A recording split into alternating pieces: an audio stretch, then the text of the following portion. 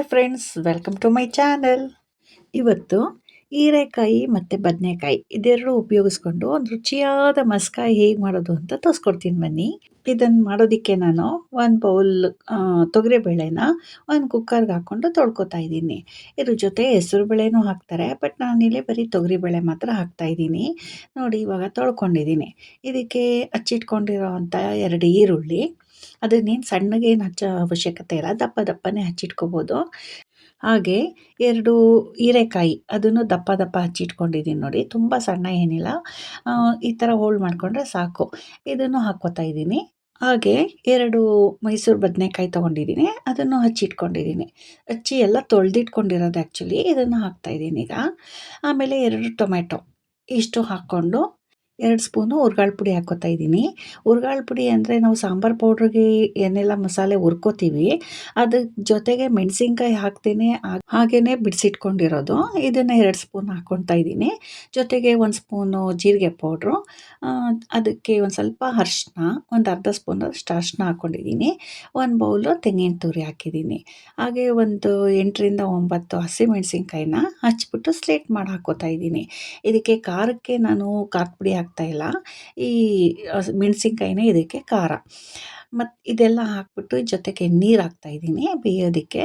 ನೋಡಿ, ಇದು ಮುಳುಗೋಷ್ಟು ನೀರು ಹಾಕ್ಕೊಂಡ್ರೆ ಸಾಕು. ಈಗ ಕುಕ್ಕರ್ನ ಲಿಡ್ ಕ್ಲೋಸ್ ಮಾಡಿಬಿಟ್ಟು ಒಂದು ಸತಿ ಕೂಗಿಸ್ಕೊತಾ ಇದ್ದೀನಿ. ನೋಡಿ, ಕುಕ್ಕರ್ ಒಂದು ಸತಿ ಕೂಗಿದೆ, ಪ್ರೆಷರು ಬಿಟ್ಟಿದೆ. ತೆಗೆದು ತೋರಿಸಿ ನೋಡಿ ಯಾವ ಥರ ಬೆಂದಿದೆ ಅಂತ. ಈಗ ಇದನ್ನು ನಾವು ಇದನ್ನು ಮಿಕ್ಸಿಗೆ ಹಾಕ್ಕೊಂಡು ಗ್ರೈಂಡ್ ಮಾಡ್ಕೊಳ್ಳೋ ಅವಶ್ಯಕತೆ ಇಲ್ಲ, ಏಕೆಂದರೆ ತುಂಬ ನುಣ್ಣಗಾಗ್ಬಿಡುತ್ತೆ. ಪೇಸ್ಟ್ ಆಗಿಬಿಟ್ರೆ ಚೆನ್ನಾಗಿರಲ್ಲ. ಇದು ತಿಂದರೆ ಬಾಯಿಗೆ ಸಿಗ್ತಾ ಇರಬೇಕು, ಆವಾಗ ತುಂಬ ಟೇಸ್ಟಿಯಾಗಿರುತ್ತೆ. ಸೊ ಅದಕ್ಕೆ ನಾನು ಏನು ಮಾಡ್ತೀನಿ ಅಂದರೆ, ಈ ಪೊಟ್ಯಾಟೊ ಸ್ಮ್ಯಾಶರ್ ಬರುತ್ತಲ್ಲ, ಅದನ್ನು ತೊಗೊಂಡು ಇದನ್ನು ಸ್ಮ್ಯಾಶ್ ಮಾಡ್ತೀನಿ. ಆವಾಗ ಅದು ಸ್ವಲ್ಪ ಸ್ಮ್ಯಾಶ್ ಆಗುತ್ತೆ, ಹಾಗೆ ತಿನ್ನೋದಕ್ಕೂ ಬಲು ಹಿತವಾಗಿರುತ್ತೆ.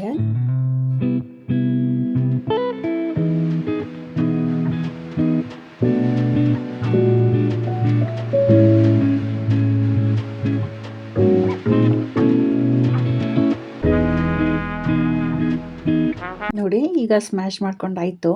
ಈಗ ಇದನ್ನು ಒಗ್ಗರಣೆಗೆ ಹಾಕಬೇಕು. ಒಲೆ ಮೇಲೆ ಒಂದು ಪಾತ್ರೆ ಇಟ್ಟಿದ್ದೀನಿ, ಕಾದಿದೆ.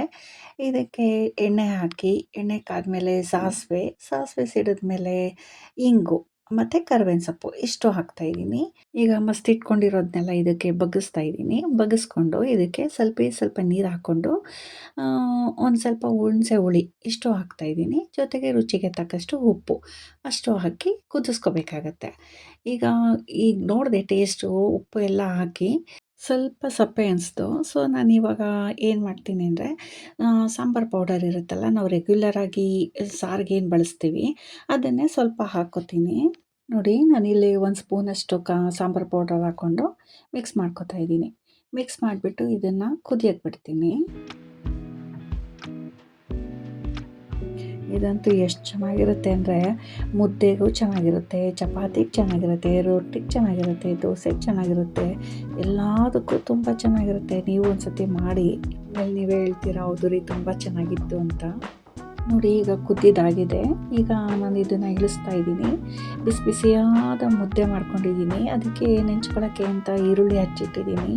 ನೋಡಿ, ಮುದ್ದೆ ಜೊತೆ ಮಸ್ಕಾಯಿ ಮತ್ತು ಈರುಳ್ಳಿ ಜೊತೆಗೆ ಹಪ್ಪಳದು ಇದ್ರಂತೂ, ಅದರಲ್ಲೂ ಹುರುಳಿಕಾಳು ಹಪ್ಪಳ ಇನ್ನೂ ಚೆನ್ನಾಗಿರುತ್ತೆ. ನೀವು ಟ್ರೈ ಮಾಡಿ ನೋಡಿ, ಹೇಗಿತ್ತು ಅಂತ ನನಗೆ ತಿಳಿಸಿ.